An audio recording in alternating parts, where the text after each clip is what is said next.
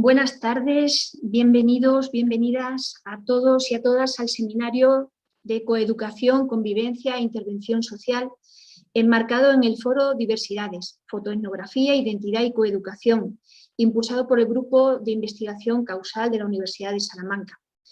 Como sabéis, el foro Diversidades pretende ser un espacio para la formación que aborda el debate sobre la identidad de género y la orientación afectivo-sexual desde la interseccionalidad. Bienvenidos y bienvenidas tanto a los que estáis aquí en esta sala de Zoom, fundamentalmente a alumnos y alumnas de distintos grados de la Facultad de Ciencias Sociales de la Universidad de Salamanca, especialmente en el grado de Comunicación Audiovisual y en el grado de Creación Audiovisual, y también, por supuesto, a los que nos siguen en streaming por el canal de YouTube de la Facultad de Ciencias Sociales y a los que nos verán en cualquier momento en diferido. Estoy encantada de estar con todos vosotros. Soy Antonia Durán Ayago, profesora de Derecho Internacional Privado, y lo cierto es que si me corresponde a mí hoy daros la bienvenida a este sexto seminario del Foro Diversidades y también a moderarlo, se debe solo a la relación de camaradería que me une desde hace ya algunos años al director de este foro, mi querido compañero Javier Frutos, y a su coordinadora, Maika López, a los que agradezco de corazón esta invitación, que hago, por supuesto, con mucho gusto he aceptado. Javier y Maika nos conocimos, los conocí a los dos hace unos años cuando dirigía la unidad de evaluación de la calidad de la Universidad de Salamanca, y desde esa unidad organizamos dos encuentros. Uno sobre las buenas prácticas en calidad y otro sobre experiencias de aprendizaje y servicio. En ambos participaron Javier y Maika con su iniciativa de aprendizaje y servicio Foto C3 y tuvieron un papel muy destacado. A partir de ahí, pues hemos seguido colaborando y hemos puesto, junto con otros compañeros, en marcha hace un mes, yo creo que escasamente, la red de aprendizaje y servicio de la Universidad de Salamanca. En realidad, el aprendizaje y servicio es algo muy antiguo, pero para nosotros todavía en la Universidad de Salamanca pues no deja de ser nuevo, ¿no? Hay algunas experiencias que ya llevan años, como Ecousal, pues llevándose a cabo, pero hay otras que son más recientes. Yo, por ejemplo, he empezado a participar con la metodología aprendizaje y servicio hace 5 años, desde la Clínica Jurídica de Acción Social de la Universidad, que probablemente a lo mejor alguna iniciativa pues habéis escuchado. No sé, se me viene ahora a la cabeza cuando recogimos los tapones, ¿no? Con la iniciativa de Destapona la USAL. Bueno, pues eso fue una iniciativa que se llevó a cabo a través de la Clínica Jurídica. ¿Y qué es el aprendizaje y servicio? Bueno, en los tiempos que corren yo creo que es muy necesario que seamos conscientes de que la formación es un vector de cambio social, es un motor para poder iniciar e implicar a todos nuestros estudiantes en todo lo que tiene que ver con el cumplimiento de los objetivos de desarrollo sostenible. Para lo cual este método, que es el aprendizaje y servicio, creo que es una vía, un camino idóneo, porque lo que hace es conectar realidad con formación. En realidad son los estudiantes los que a través del bagaje de conocimientos que van adquiriendo a lo largo de su grado, ponen luego, normalmente al final de su carrera, pues sus conocimientos al servicio de la sociedad, al servicio fundamentalmente de organizaciones, del tercer sector, y prestan un servicio a la sociedad. Eso que además redunda en su aprendizaje. Entonces, es como aportar valor a la formación.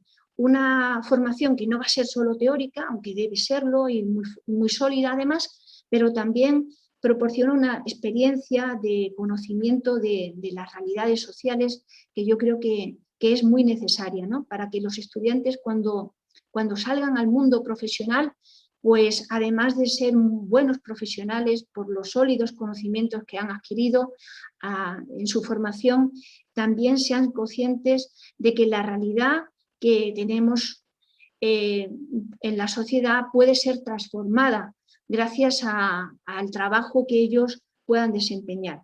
Es, yo creo que la metodología de aprendizaje y servicio una forma para imbricar la universidad en la sociedad y traer la sociedad a la universidad, ¿no? Yo siempre digo que es algo bidireccional, supone llevar la universidad a la calle y traer la calle a la universidad, que a veces estamos tan ensimismados en estas cuatro paredes, ¿no?, de cada una de las facultades, que no miramos fuera, y una formación para que sea realmente buena pues tiene que estar alerta y tener en cuenta todo lo que sucede fuera, porque al final sois vosotros, los estudiantes, los que podéis transformarla.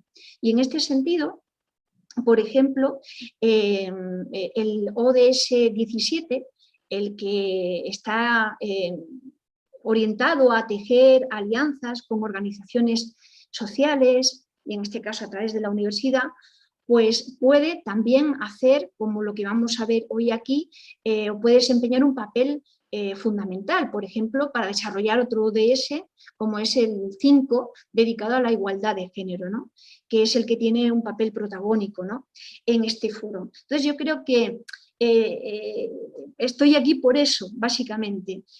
No vengo a hablar de lo que hago o de lo que soy, pero sí que me interesa, porque así me lo ha permitido el director de este foro y su coordinadora, pues hacer apología, ¿no?, de lo que a todos los que estamos trabajando en aprendizaje y servicio pues nos llena. Realmente somos profesores un poco, en fin, no sé, donde tenemos muy claro todos los que estamos nuestro compromiso social, que además desde la docencia nos permite, pues, no sé, transformar, ¿no?, también algunas veces conciencias, ¿no?, aparte de realidades. Entonces, la transferencia del conocimiento a través de la docencia con estas experiencias de aprendizaje y servicio deben ser un motor de cambio de la sociedad, y la universidad, desde luego, tiene que ser consciente del papel tan importante, ¿no?, que puede desempeñar en esto.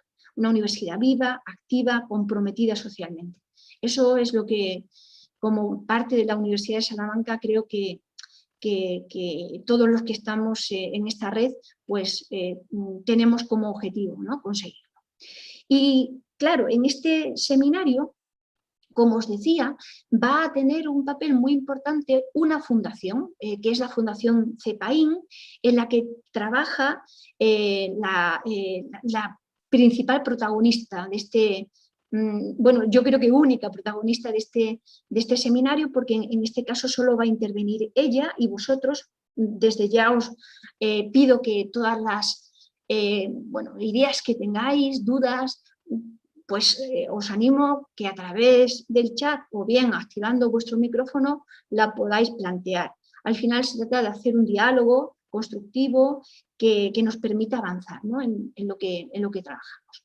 Bueno, pues Valentina Longo, a la que le agradezco mucho su presencia en este seminario, es técnica en el área de igualdad y no discriminación de la Fundación CEPAIN, que está en muchas iniciativas de la universidad, entre otras en la clínica jurídica, pues en la línea de migrantes y derechos trabajamos con Gabriel de la Mora desde hace ya unos años, y es vital la participación que tiene esta fundación en la clínica.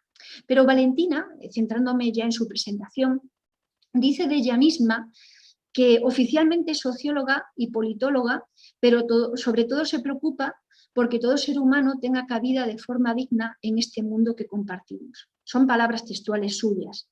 Y yo me pregunto, ¿puede haber mejor dedicación que esta? Bueno, en efecto, ella es doctora en Sociología por la Universidad de Padova y licenciada en Ciencias Políticas en la misma universidad. Además, es experta en promoción y gestión de proyectos y actuaciones internacionales de I+D+I en la Universidad Politécnica de Madrid. Ha investigado en temas muy diversos, como cuidados y empleo de hogar, migraciones e interseccionalidad, políticas públicas de igualdad y masculinidades. Precisamente sobre este tema ha participado en el proyecto EQUIX, financiado por el Programa de Derechos, Igualdad y Ciudadanía de la Comisión Europea, en el que ha trabajado con jóvenes entre 12 y 21 años en la prevención de la violencia de género y en la deconstrucción de la masculinidad hegemónica. Nos va a presentar precisamente los resultados de este programa, que además tuvo una importante proyección, un amplio impacto en 5 países, se presentó a través de las redes sociales de las distintas organizaciones que participaban en ello, en concreto en España, en Alemania, en Croacia, en Portugal y en Bélgica.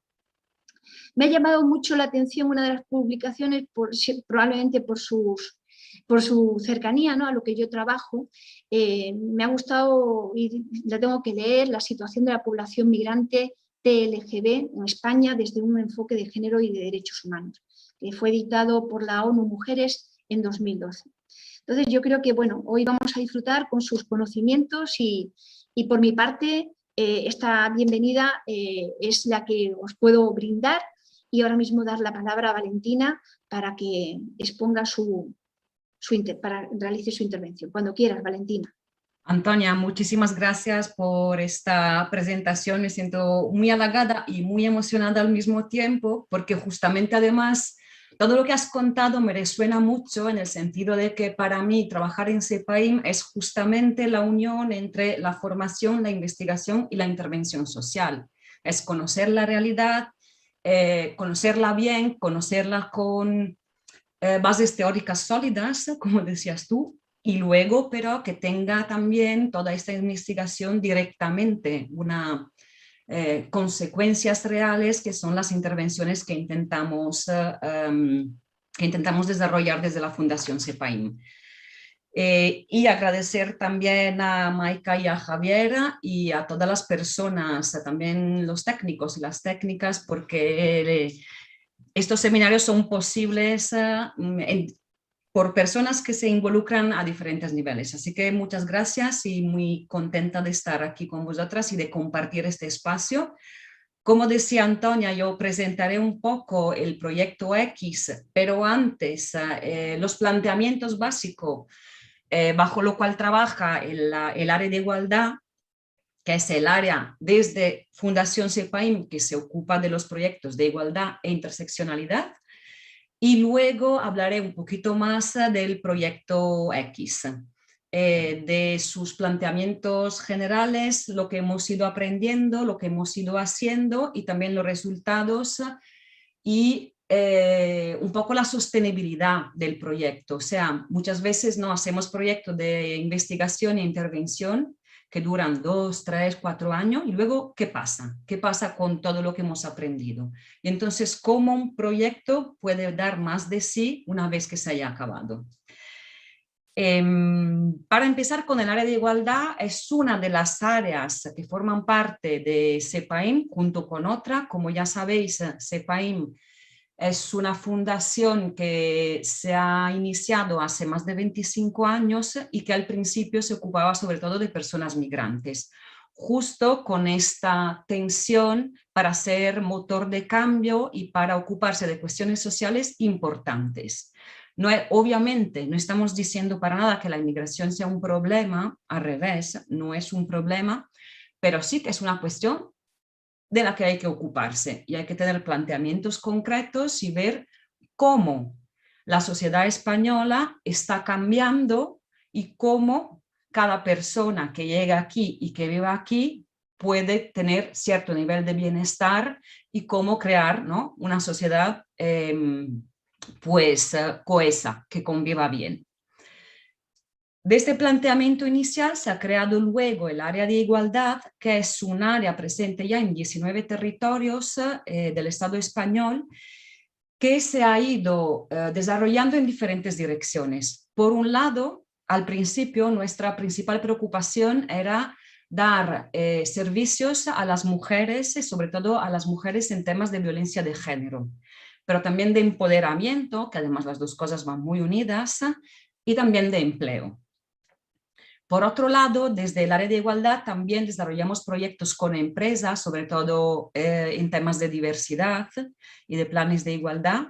Y en los últimos años, como contaba Baquea Alonso, que ha intervenido en un foro anterior, en una sesión anterior, nos ocupamos también de masculinidad hegemónica y de hombres en general. Dentro de estos temas estamos aplicando y formándonos y investigando con una perspectiva feminista internacional. O sea, la pregunta de base es ¿cómo construir un mundo más igualitario? ¿Cómo construir un mundo más igualitario no solo entre hombres y mujeres, sino también tomando en cuenta que el género no es el único eje de opresión que atraviesa las experiencias vitales de las mujeres con las que trabajamos, sino que existen jerarquías sociales muy complejas que se nutren también de otras desigualdades, como la procedencia, como la pertenencia religiosa, como la edad, como la diversidad funcional. Entonces, hay que tomar en cuenta al mismo tiempo todos estos diferentes ejes de desigualdad para plantear intervenciones que sean significativas y que puedan mejorar la calidad de vida, el bienestar de las personas, tanto a nivel individual como a nivel colectivo, porque también hay que preguntarse qué tipo de idea y qué tipo de proyecto como sociedad tenemos, ¿no? Como comunidad tenemos.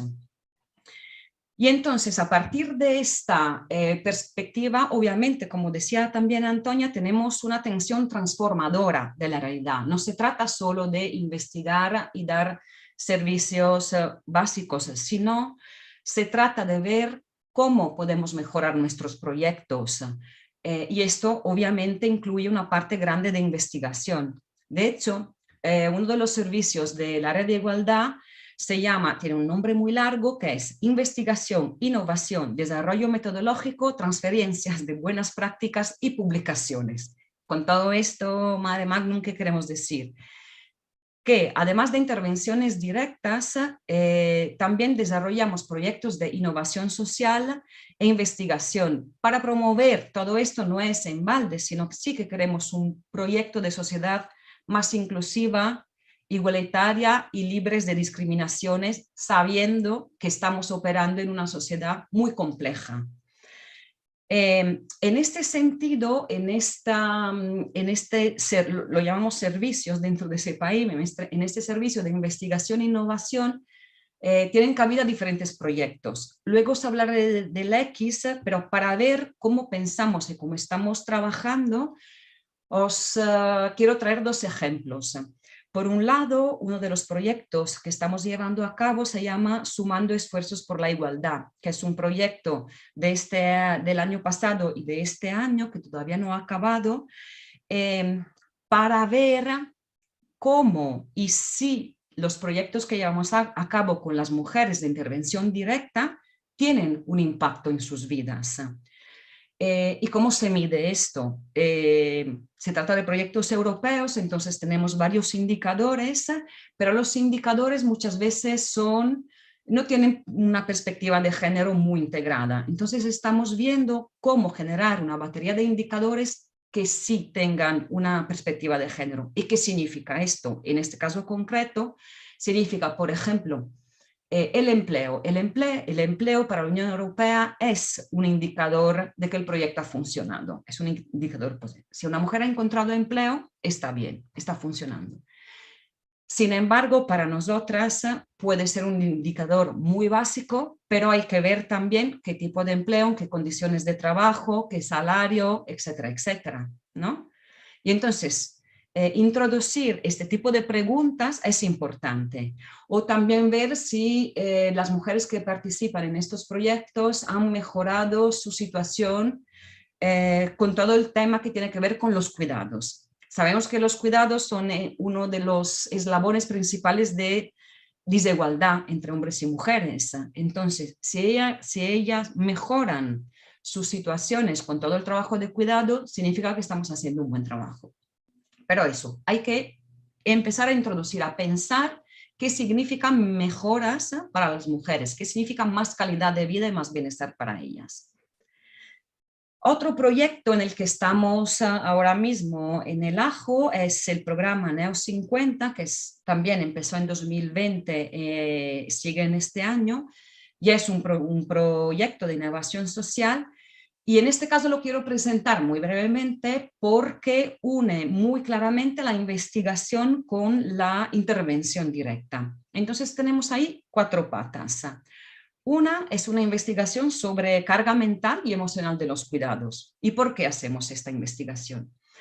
Porque esta investigación viene de otra anterior que decía sobre masculinidad y cuidados, que decía que efectivamente los hombres se están involucrando más.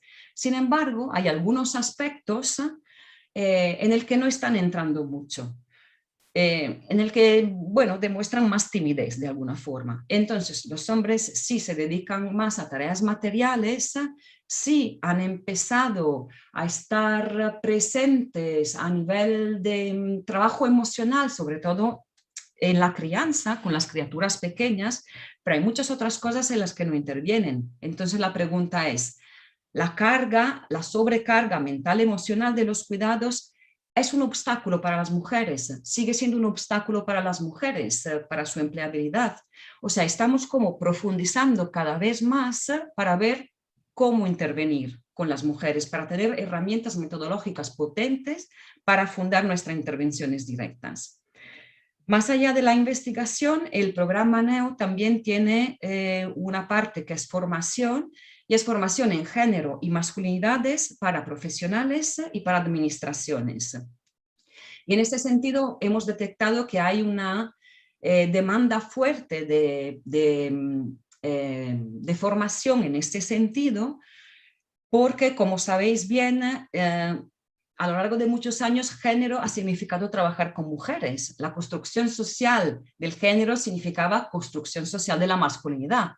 Sin embargo, sabemos muy bien, y creo que ya lo habéis explorado en el foro, que los hombres también tienen género y los hombres también tienen una construcción social de la masculinidad, y si es construcción social, significa que podemos trabajar con ellos, ¿no? Para mejorar y para llegar a una sociedad más igualitaria. En ese sentido, llego a la tercera pata, estamos llevando a cabo también talleres con hombres en situación de desempleo. Los hombres en situación de desempleo, como sabéis, son uno de los rasgos más característicos de la masculinidad hegemónica, es el de tener muy vinculada su identidad social con el empleo. ¿Qué pasa entonces con estos hombres desempleados? Se desesperan, no tienen herramienta, caen en depresión, no saben qué hacer con su vida, ya no tienen un rol activo, parece.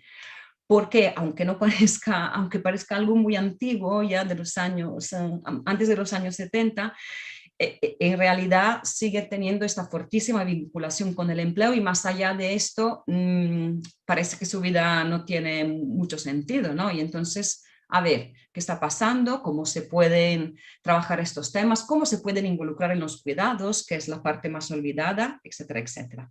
Y finalmente, en el programa NEO50 también tenemos una campaña, porque todo lo que estamos haciendo hay que hacer las cosas bien, y luego también hay que visibilizarla y divulgar, diseminar los resultados. Entonces tenemos una campaña, la campaña 365, que la tenéis en la web de CEPAIM, para un poco la toma de conciencia del papel que pueden jugar los hombres en el camino hacia la igualdad.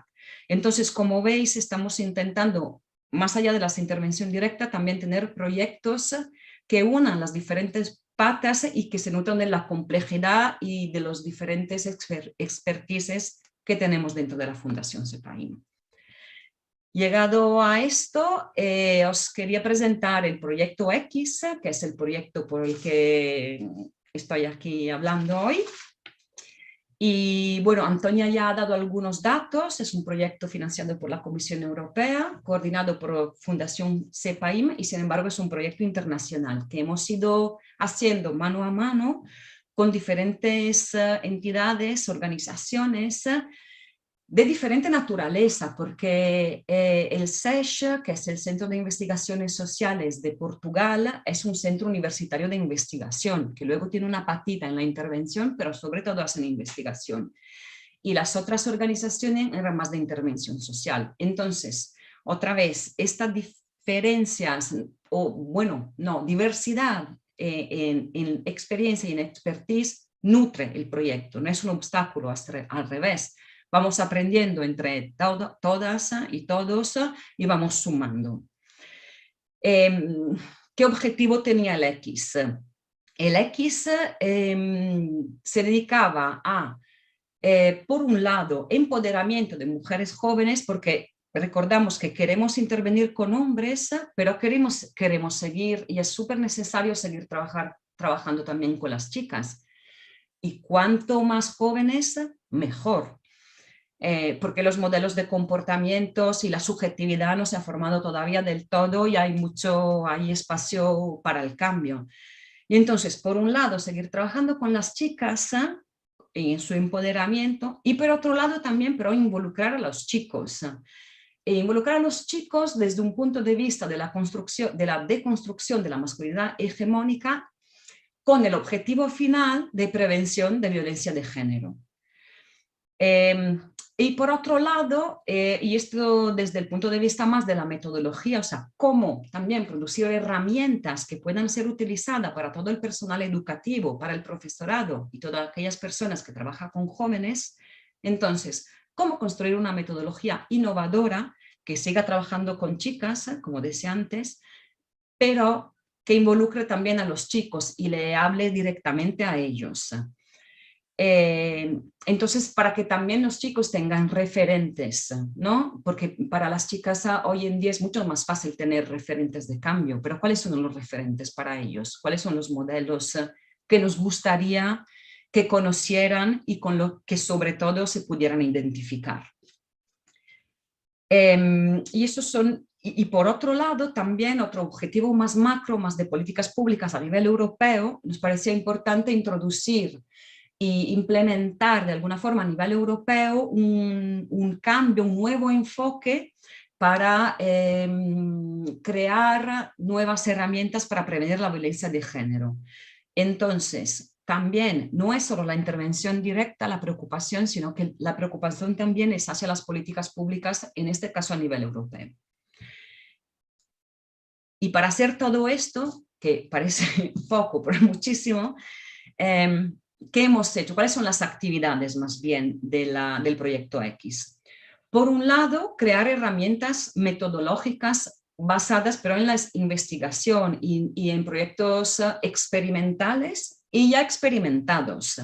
Entonces, una de las actividades principales a lo largo de los 2 años ha sido desarrollar un programa de intervención que luego os pongo en el chat, tenemos la guía en la biblioteca de CEPAIM, un manual de intervención para trabajar estas cuestiones, sobre las que luego volveré mucho más en detalle, para trabajar con chicas y chicos.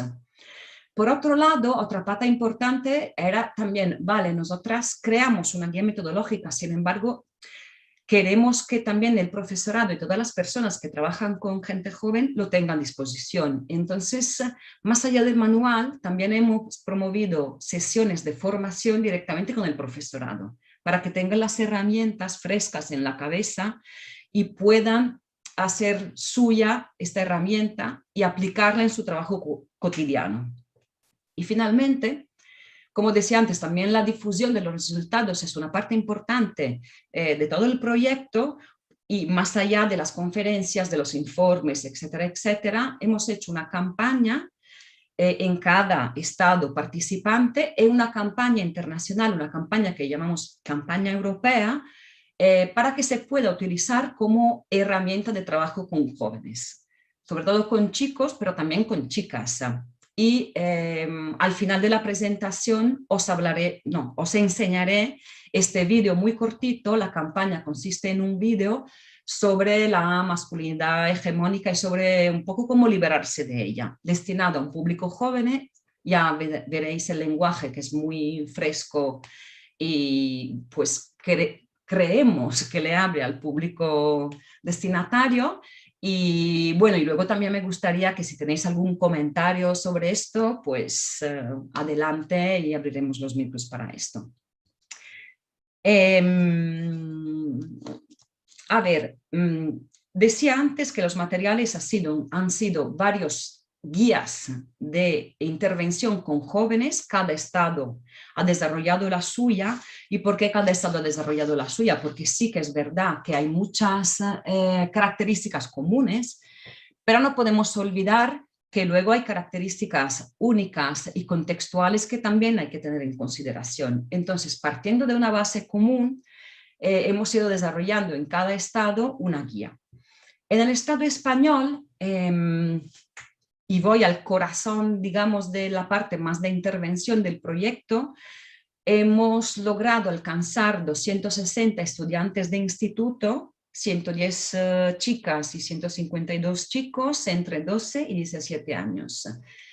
Y estos talleres han tenido lugar en Alcira, Valencia, por un lado, y en Molina de Segura, Murcia, en el sur. Entonces, dos ciudades no muy grande, tampoco muy pequeña, en el que ya está presente CEPAIM. Entonces hemos aprovechado de alguna forma, pero también construido y afianzado todo el trabajo comunitario que ya se hacía. O sea, es construir, es seguir construyendo colaboraciones para que los proyectos no sean proyectos burbujas, sino que tengan arraigo en el territorio.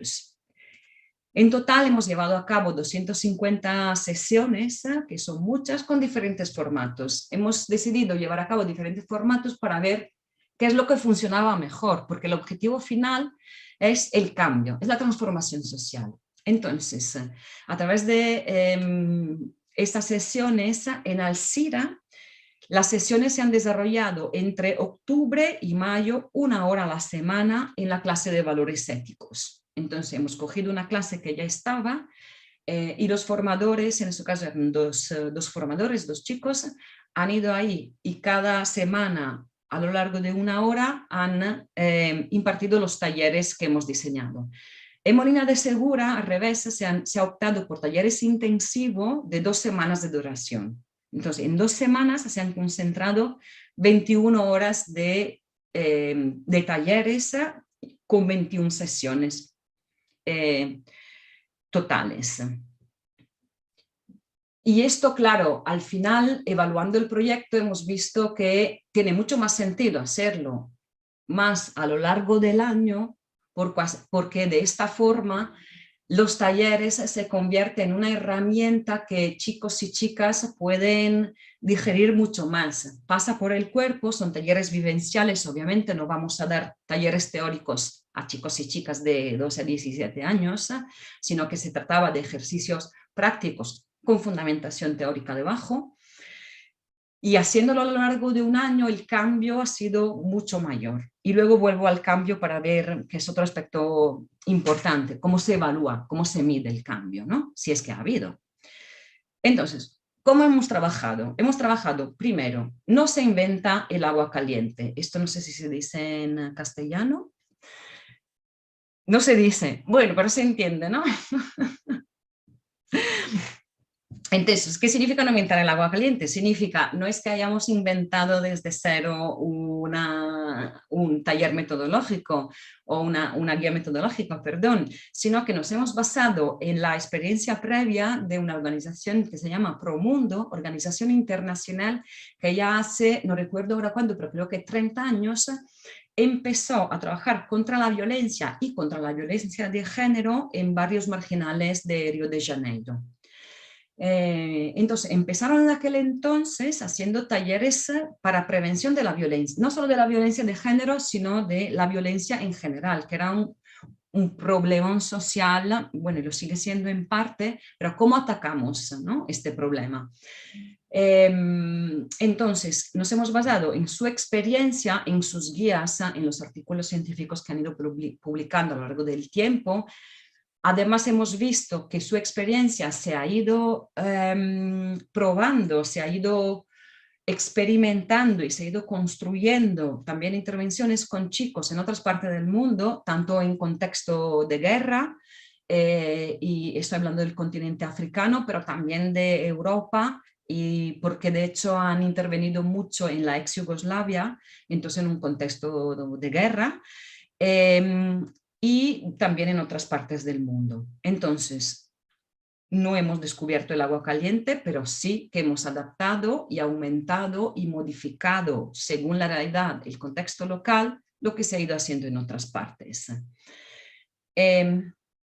Por otro lado, también es importante subrayar que hemos trabajado paralelamente la intervención y la investigación. O sea, lecturas, diarios de campo de formadores, reuniones de intercambio a nivel nacional e internacional, entrevistas con persona experta a lo largo de todo el proceso. O sea, aquí hemos aprovechado de alguna forma de todos los momentos, tanto de intervención y como de intercambio, para ir alimentando la guía y para que tuviese consistencia. Y por otro lado, otra parte súper importante, nos parecía cómo evaluar el proyecto, ¿no? Porque muchas veces se hace un proyecto de intervención y falta un poco la parte de qué ha pasado aquí. ¿Ha habido cambio? ¿No ha habido cambio? ¿En qué dirección? ¿Hay que corregir cosas? ¿No hay que corregir cosas? Y en ese sentido hemos utilizado diferentes herramientas. Hemos utilizado, por un lado, un pretest, un post-test que hemos distribuido al principio de los talleres y al final de los talleres a chicos y chicas. Entonces, a través de esta herramienta, las diferencias entre el pretest y el post-test nos dicen dónde está el cambio y si ha habido cambio. Por ejemplo, las preguntas querían medir la actitud hacia valores igualitarios y de diversidad de chicos y chicas. Y contenían, os hago algunos ejemplos para que entendamos de lo que estamos hablando. Por ejemplo, las preguntas eran, repito, iguales al principio y al final de la intervención directa en las clases. Los hombres necesitan más sexo que las mujeres. O nunca tendré un amigo gay. O si alguien me insulta, defenderé mi reputación hasta con la fuerza si es necesario. O siento vergüenza cuando veo a un hombre expresarse de forma femenina. O no me gusta cuando veo a una mujer con actitudes masculinas. O una chica con minifalda y escote está buscando que le entre. Y el último ejemplo. Las personas trans y las homosexuales no deberían tener permiso para trabajar con menores. Este tipo de preguntas nos permiten ver si ha habido un cambio, si ha habido una apertura, si ha habido un cambio actitudinal, no tanto en los comportamientos, no tanto en las prácticas, pero por lo menos en cómo tienen amueblada la cabeza. Y esto a nosotras nos dice de qué forma han incorporado lo que hemos ido trabajando a lo largo de los talleres.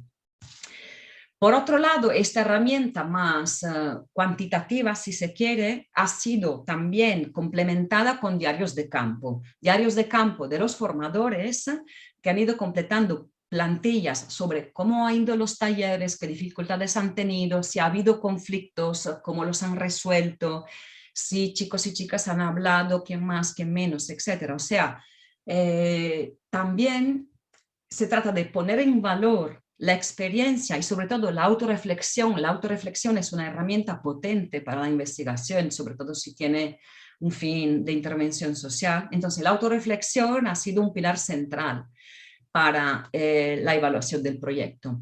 Y finalmente, también hemos organizado actividades directamente en el aula para que con diferentes técnicas, post-it, la carta a tu mejor amiga o amigo en la que le cuentas cómo ha ido el taller, etcétera, etcétera. Entonces, otro tipo de dinámicas que directamente involucraban a chicos y chicas de forma más subjetiva, más personal, para ver qué tal habían ido. Y esto un poco ha sido cómo hemos trabajado, que creo que siempre es muy importante, sobre todo en la intervención social. Los cómo y los porqués son la base, ¿no? Un poco la base epistemológica de cómo trabajamos. Por otro lado, los dos productos que os quiero presentar hoy, ha habido otros informes, etcétera, pero creo que son menos interesantes y menos compartibles, a menos que nos los queráis leer. De todas formas, los dos productos principales han sido el manual del que os he hablado antes y el vídeo para la campaña europea. El manual lo hemos titulado Quiere bien, vive mejor. Propuestas para trabajar masculinidades no violentas con jóvenes. Entonces, el foco está puesto en ellos. O sea, ¿cómo trabajamos masculinidades no violentas? cómo trabajamos para que las masculinidades sean más habitables y en consecuencia también para las chicas sea más fácil y puedan ser más libres y desarrollarse más como personas sin el miedo y sin los constreñimientos que llegan de relaciones violentas o de estereotipos de género.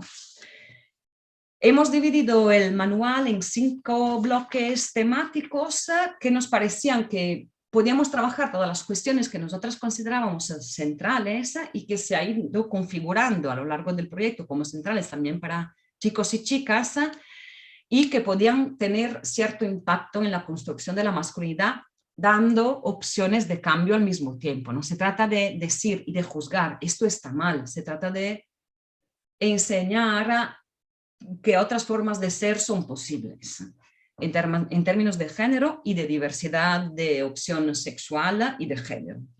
Entonces, Antonio, me estoy explayando mucho. No, tómate tu tiempo, Vale. Valentina.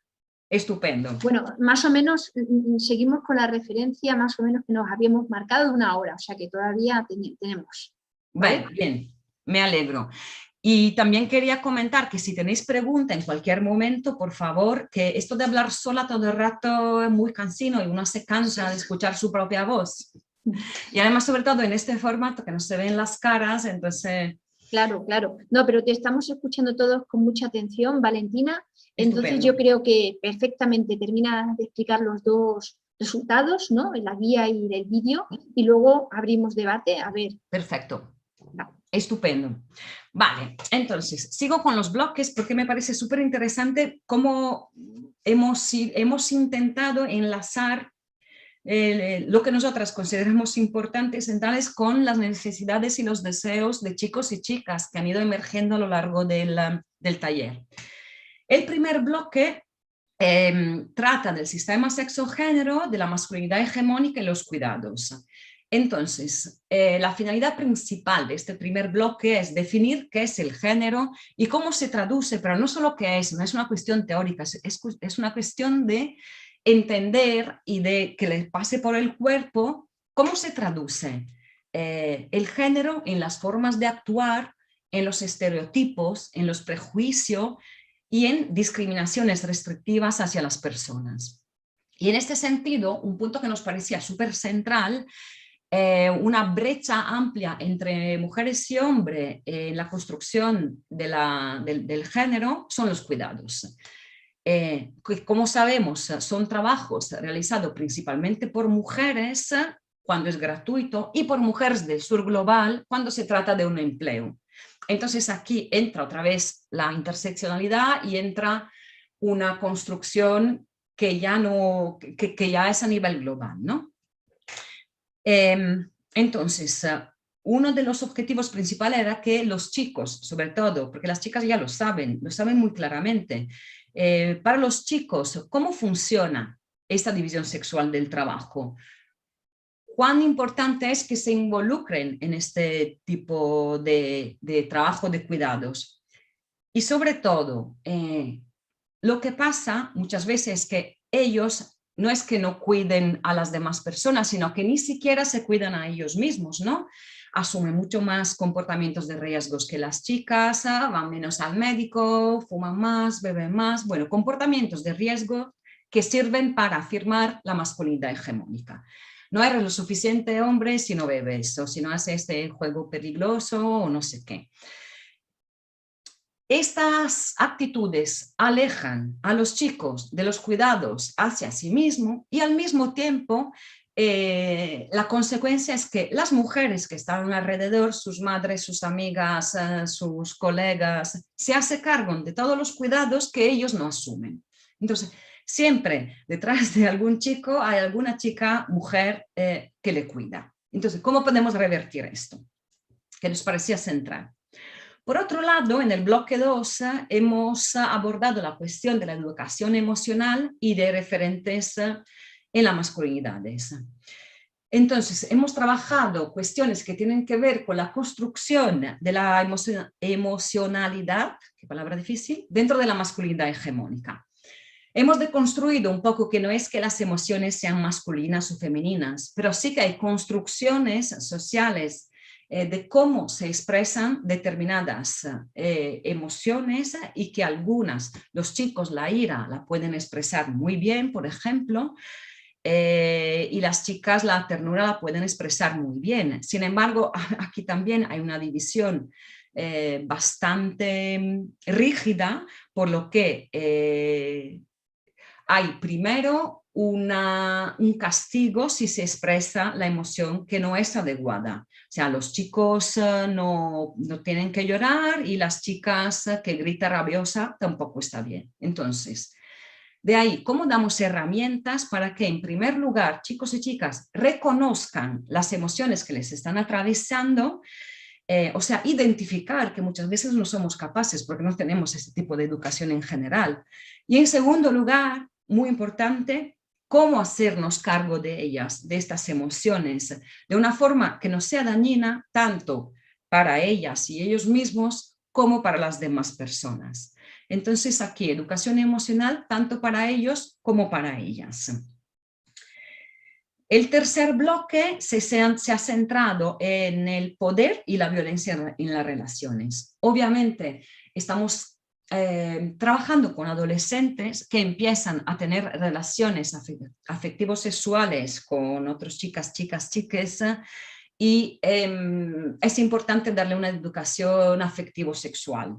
Entonces, entender, por ejemplo, de cómo construimos estas relaciones basadas en el amor romántico, también es importante. Por ejemplo, por mucho que alguien nos guste mucho, eso no significa que de manera automática tengamos una relación sana con esta persona. ¿Ok? ¿Y por qué esto? Porque efectivamente el amor romántico con matriz heterosexual ha sostenido muchas veces relaciones de desigualdad. Y muchas veces se aguanta una relación de abuso, se aguanta relaciones de entrega total con alguien que no nos valora. Estoy hablando sobre todo de las chicas en este caso, que son las que más padecen la construcción del amor romántico, y se justifican agresiones y control, que es algo que hemos visto que está pasando mucho, sobre todo a través de las redes sociales, ¿no? Al mismo tiempo, y sobre todo otra vez esto dedicado a las chicas, la cultura de la violación que es imperante culpabiliza a las mujeres que sufren una agresión sexual y se le cuestiona a ellas por qué iban vestidas de una cierta forma, por qué estaban fuera a una cierta hora, por qué no han vuelto a casa antes, etcétera, etcétera, en lugar de señalar quién, ¿no?, ha directamente producido una agresión. El último bloque iba sobre, el penúltimo, sobre sexualidad, placer, corporalidad y diversidad. Entonces, si con todo lo que hemos dicho antes no ha salido todavía, era importante también ver qué tipo de concepción de la sexualidad habría entre adolescentes.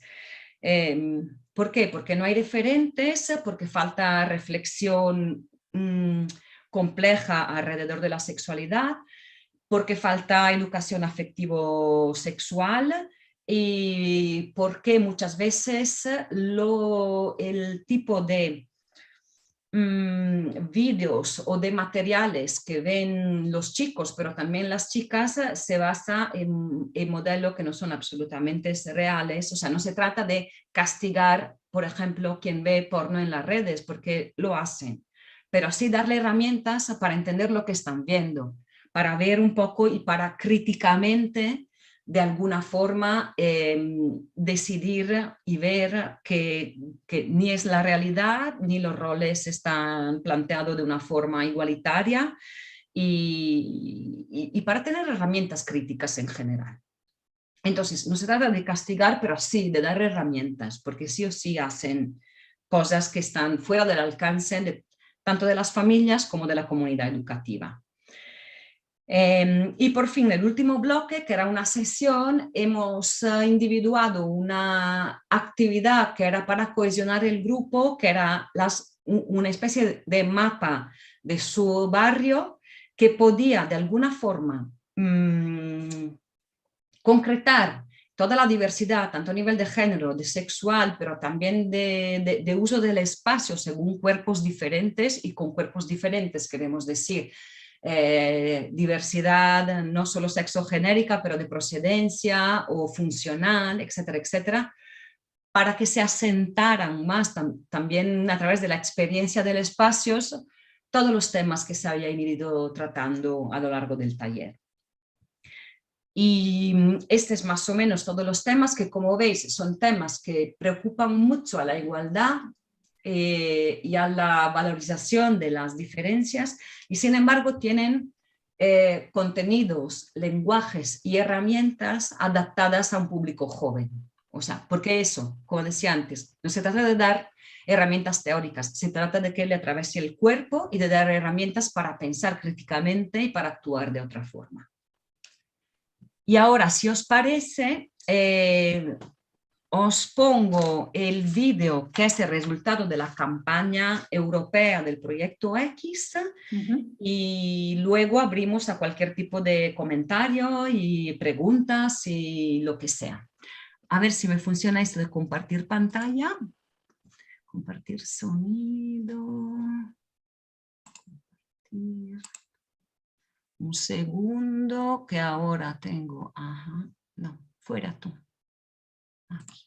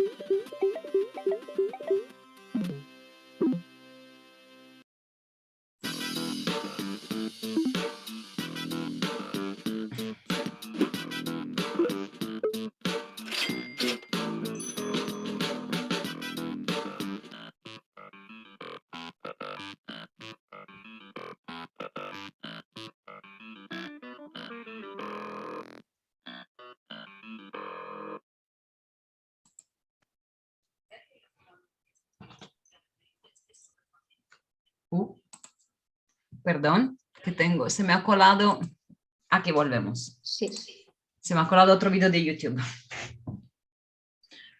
Pues este ha sido Don't Go Bananas with Your Masculinity, que se está usando ahora en institutos y en otras intervenciones comunitarias que hacemos desde CEPAIM, también para subrayar un poco la importancia de la sostenibilidad, ¿no? De los proyectos, que haya herramientas que se puedan seguir utilizando. Bueno, Valentina, muchísimas gracias por tu intervención del máximo interés a todos los niveles. Yo creo que lo primero es que hay que agradecer a ti y a todos los técnicos que trabajáis en Fundación CEPAIM por el trabajo tan necesario que lleváis a cabo, y el resultado, la verdad es que muy para analizar, ¿no? De todo lo que nos has ido diciendo, yo he ido tomando aquí buena nota.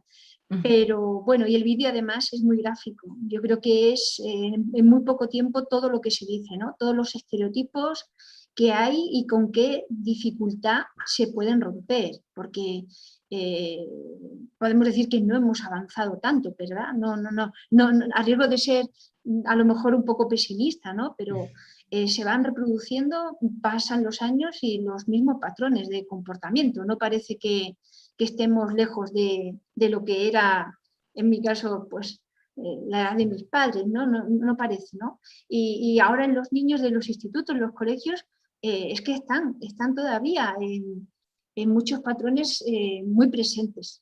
Muy presentes. Bueno, antes de que yo siga hablando, porque no es ese el objetivo, quisiera pedir a todos los que nos estáis escuchando alguna intervención que queráis hacer, alguna pregunta que queráis formular. Este es el momento. Podéis compartir alguna idea que os haya inspirado, escuchar todo lo que nos ha contado Valentina. ¿Queréis hacer alguna pregunta acerca de cualquiera de las cosas que se han expuesto? Este es el momento.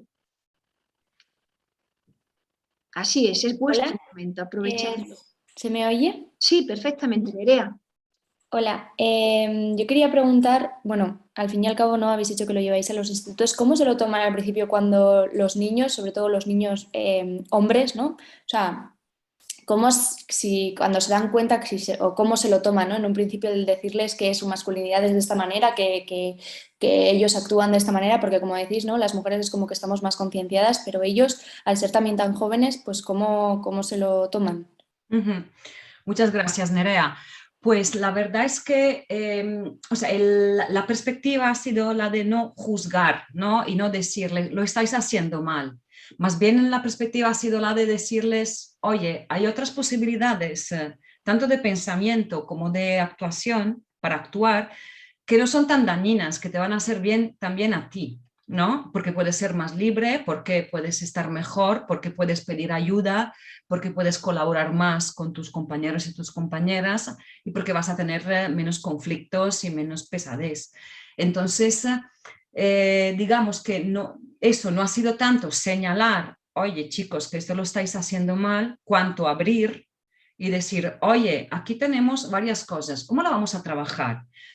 ¿Os interesa a vosotros, o sea, cómo está vuestra madre en la casa? ¿Cómo está vuestro padre? O sea, ha sido pasarle la pelota a ellos, acompañarles en este recorrido sin señalar, pero sí diciendo, oye, que hay otras posibilidades y que hay que volver a pensar los roles de género y esta división sexual del trabajo y este sistema sexo-género, hay que volver a pensarlo de otra forma. Y en realidad luego lo que ha pasado, que me parece bastante interesante, y tiene que ver con la capacidad de respuesta integral. Cuando tú abres melones, ha sido que lo que ha salido y que nos ha puesto más a ver cómo lo hacemos, ha sido que ha salido algún caso de violencia de género con chicas, que haciendo los talleres se han dado cuenta que estaban en relaciones abusivas.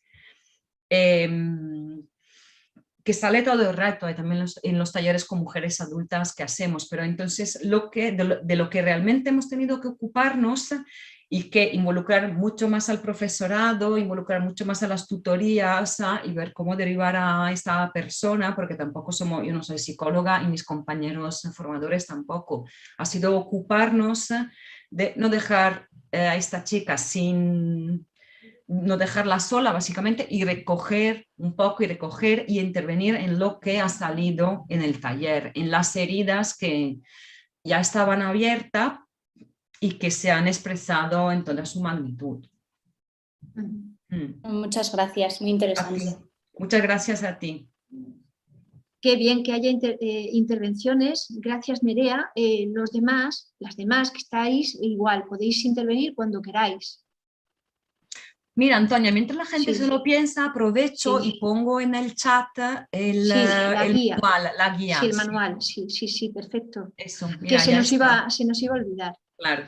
Hay una cosa que a mí me gustaría un poco más que nos compartieras tu visión, Valentina, acerca de cómo las redes sociales, ¿no? Y cómo los chicos y chicas se relacionan a través de de estas redes, pueden haber conllevado de alguna manera un nuevo rol de control, ¿no? Yo os hablo por unos talleres que dentro de la clínica pues, han hecho los estudiantes que forman parte de la línea Menores y Uso de Internet, y se han dado cuenta de que hay los roles de, bueno, también un poco de opresión del chico sobre la chica, se manifiestan también a través de esta vía.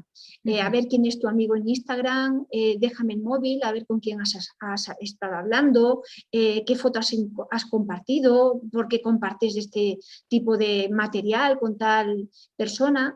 Claro, esto es... Yo creo que, o sea, en la realidad, en el mundo ahora mismo de los adolescentes, yo creo que es algo mucho más extendido de lo que quizá nos podríamos plantear. ¿Esto cómo creéis que se puede afrontar? Sí, esto los estudios mismos lo dicen, ¿no? Que la violencia de género de control, o sea, que se ejercita a través de las redes sociales, está en aumento. Y yo creo que, bueno, lo que dicen también los estudios es que al final las redes sociales son el reflejo de algo que está detrás, o sea, al final las redes sociales son una herramienta técnica y entonces lo que hay que cambiar es lo que está detrás, y en este sentido es talleres como esto que pueden trabajar la igualdad de género desde otro punto de vista, o sea, no desde otro punto de vista, sí, desde otro punto de vista, porque incluyen también a ellos, que este control no es bueno ni para él, ni para ellos, ni para una relación sana y satisfactoria para ninguna de las dos partes de la pareja, no solo para ellas. Entonces, por un lado, trabajar lo que está detrás de esta violencia de control, o sea, el control no se ejerce solo ahí, se ejerce también muchísimo en cómo van vestidas, en con quién hablan, etcétera, etcétera, ¿no? Por un lado, entonces, trabajar con ellos en esto, en la deconstrucción de cómo es una relación sana, cómo es una relación satisfactoria, cómo puedes... los celos son algo que se siente, ¿no? Pero sí que se pueden trabajar los celos, se pueden trabajar en cómo construir una relación más igualitaria que no esté alimentada por los celos y que esté alimentada por el querer bien y el querer el bienestar tuyo y de la otra persona, por un lado. Y por otro, yo creo que también es fundamental seguir trabajando con las chicas, seguir trabajando con las chicas para que tengan herramientas para detectar estos momentos en los que la relación se vuelve una relación de control y saber decir que no, que por ahí no se pasa. Que es muy difícil, porque...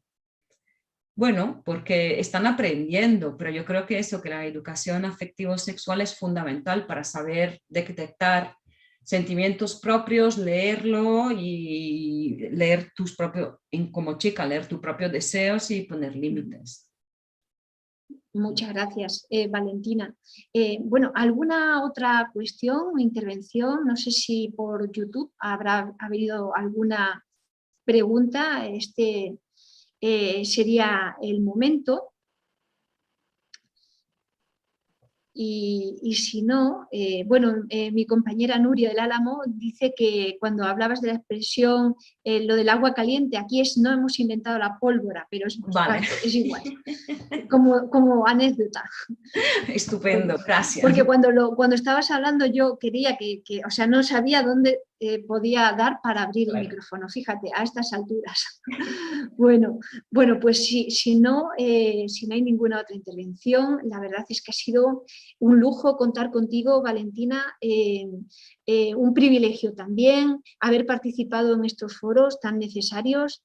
Gracias a todos los que habéis participado en esta sala de Zoom, gracias a los que nos habéis visto por YouTube, gracias de nuevo a Javier por este trabajo tan ímprobo que estáis realizando y a Maika.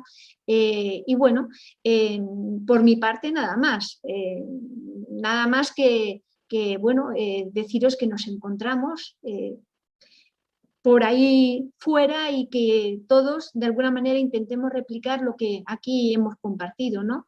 Ese respeto por el otro, esa igualdad que tiene que salir también del comportamiento de uno mismo, respeto, igualdad y bueno, justicia social, ¿no? Que eso al final también nos va a llenar también de un espacio apto para vivir, ¿no? Valentina, muchas gracias. Muchísimas gracias a ti, Antonia. Ha sido un verdadero placer compartir este rato contigo y con Javier y con Maika detrás. Y un placer haber estado aquí y hasta la próxima. Espero que os haya, bueno, aportado algo. Nos ha aportado, está claro que sí. Pues hasta aquí. Muchas gracias a todos. Gracias.